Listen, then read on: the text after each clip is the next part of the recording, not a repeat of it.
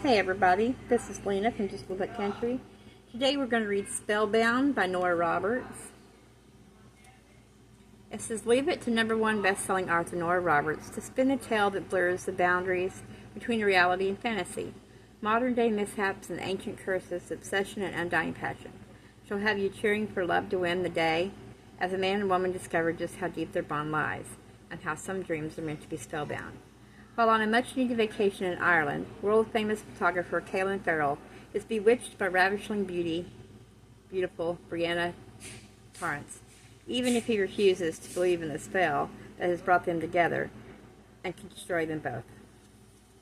It's a little teeny tiny book, so I thought I'd read it. Spellbound, Nora Roberts. Prologue. Love, my love. Let me into your dreams. Open your heart again and hear me. Colleen, I need you so. Don't turn from me now, or all is lost. I am lost. Love, my love.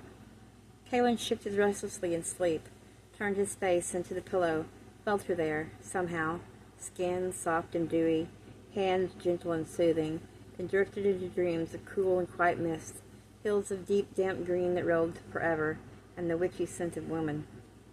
Castle rose atop a cliff, silver stone spearing into the night, into the stormy skies, its base buried in filmy layers of fog that ran like a river.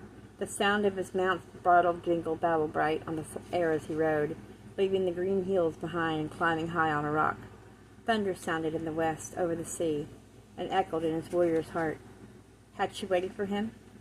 His eyes, gray as the stone of the castle, shifted and scanned, searching rock and mist for any hole where a foe could hide. Even as he urged his mount up the rugged path, cleaved into the cliff, he knew he carried the stench of war and death, and it had seeped into his pores just as the memories of it had seeped into his brain.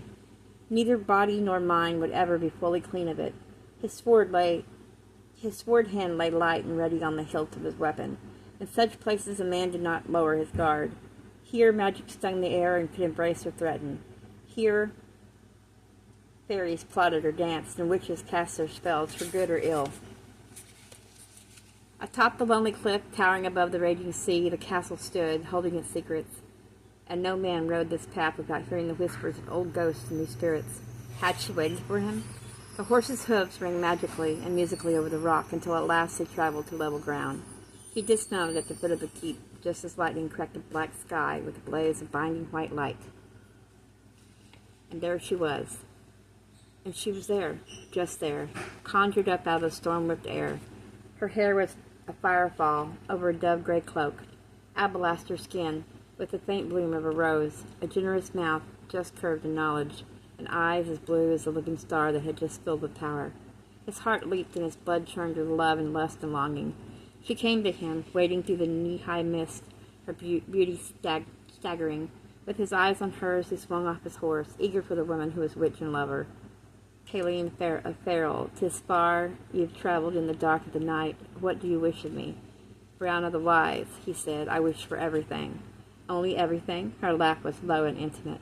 Well, that's enough then. I waited for you. Then her arms were around him, her mouth lifting to his. He pulled her closer, desperate for the shape of her, wild to have whatever she would offer him and more. I waited for you, she repeated, and with a catch in her voice as she pressed her face to his shoulder. 'Twas almost too long this time. His power grows while mine weakens. I can't fight him alone. Alabaster is too strong, his dark forces too greedy. Oh, love, my love, why did you shut me out of your mind, out of your heart? He drew her away. The castle was gone. Only ruins remained, empty and battle-scarred. They stood in the shadow of what had been, before a small house alive with flowers. The scent of them was everywhere, heady, intoxicating. The woman was still in his arms, and the storm waited to explode. The time is short now, she told him. You must come. Caelan, you must come to me. Destiny can't be denied. A spell won't be broken. Without you with me, he'll win. He shook his head, started to speak, but she lifted a hand to his face. It passed through him as if it were a ghost, or she was. I have loved you throughout time. As she spoke, she moved back, the mist flowing around her legs. I am bound to you throughout time. Then lifting her arms, raising palms to the heavens, she closed her eyes. The wind roared in like a lion loosed from a cage. Lifting her flaming hair, whipped the cloak around her. I have a little left. she called over the violence of the storm. "But I can still call up the wind. I can still call to your heart. Don't keep it from me, Kaylin. Come to me soon. Find me, or I am lost." And then she was gone, vanished. The earth trembled beneath his feet. The sky howled, and all went silent and still. He awoke gasping for breath and reaching out.